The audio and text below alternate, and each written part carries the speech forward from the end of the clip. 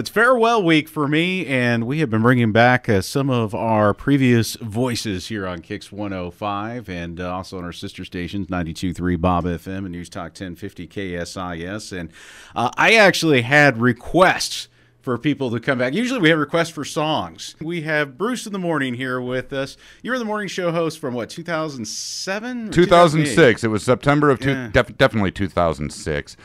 September of 2006 to April of what, 2013? It's not very often we get a chance to have you come through our neck of the woods. You know, I bounce in and out. We were just here bar hopping last Friday. Oh, were you? Yeah. How'd that go? It was fun. We went up to the corner. We hung out down at Sharky's for a while. It was good. Good, you know. So that was one of the things that I remember out of all our morning show hosts. I got to say this, Bruce, you really edged it up a notch or two. You know what happened?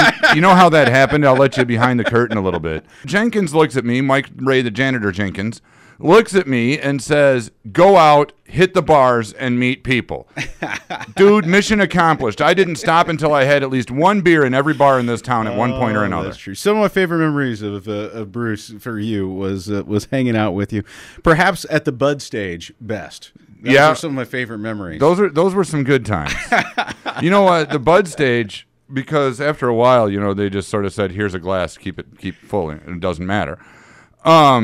But during the really hot years. Mm-hmm. Now, during the comfortable years, it was just drinking beer. It's no big deal. Beer's what we drink, you know, when we're not drinking. Sure. But during the really hot times, you had to watch yourself, because if you had a couple in the heat, it would catch up with you in a hurry. And I remember bringing Leroy, before Leroy Van Dyke went over to the big stage. Yeah. They would do on the Senior Citizens Day. They would do him in the Bud stage. I got to bring Leroy Van Dyke out on stage, and it was one of the high points of my career. I loved the guy. So I'm up there, and I thought, you know what? I haven't been drinking all day. I'm going to go ahead and have a couple beers while I watch Leroy's set. And by the time I got home, I couldn't talk. Yeah. It's just, what in the world? I had like 3 beers. You know, the only thing you can think of was the auctioneer that was in Walk On By, right? Yep, auctioneer, Walk On By, and hey, Leroy, how you doing? Yeah. You know, Bruce, as much as I remember you for your edginess, okay, the other thing that I'm going to most remember you for over the course of the years, you helped start our St. Jude Radiothon. Right? Yeah, we brought that to town. Over the course of the years, raised a ton of money for St. Jude. We started doing the radiothons in 2007.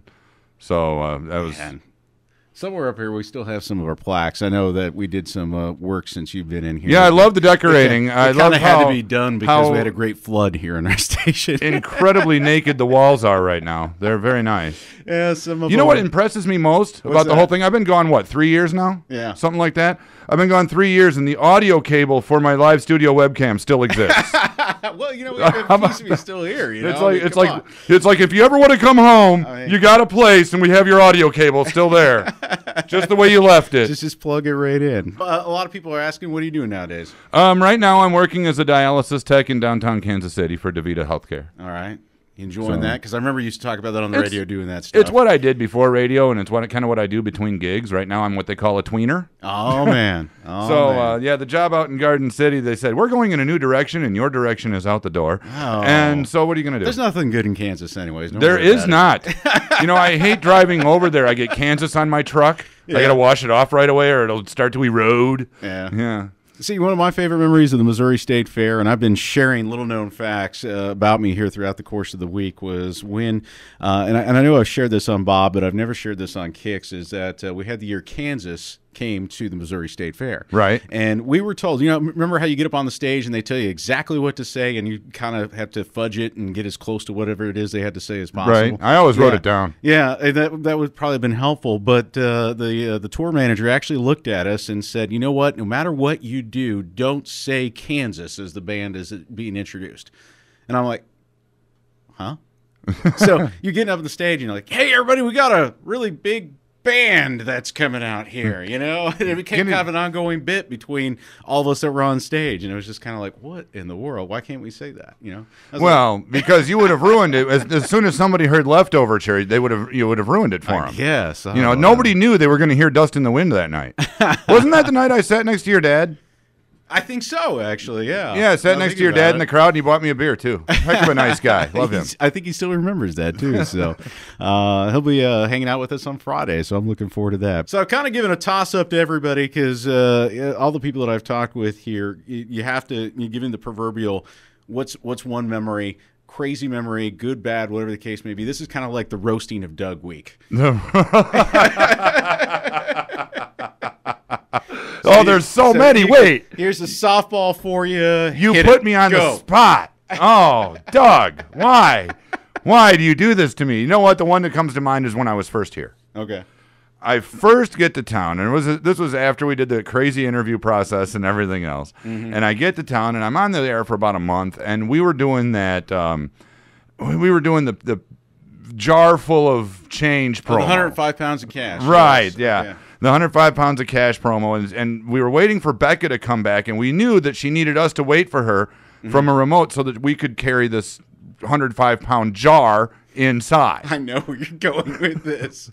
So I'm looking over at you, and I'm here maybe a couple months, and nobody had given me any feedback. Yeah. None. Not good, bad, indifferent, whatever. You suck. Nothing. Right?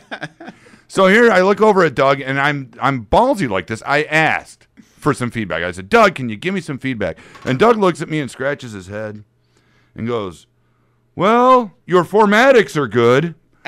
That just means I know how to say Kicks 105 every time I open the microphone. That's it. So that was the big feedback I got from Doug. And come to think of it, aside from tone down on the sexual stuff, that was the only feedback I ever got. Oh, that's not so true. I thought you were going to talk about how when we brought the money in, we dropped it and we broke the whole entire thing. No, that was Aby. I was with him when it happened. Yeah, but it doesn't matter. He still gets the blame. He was the scapegoat for everything that went wrong around here. A light bulb could burn out, and it was Aby's fault. That's Bruce. Get back, because I know you got to get off to work at some point. So, all right, man. Thanks for having me.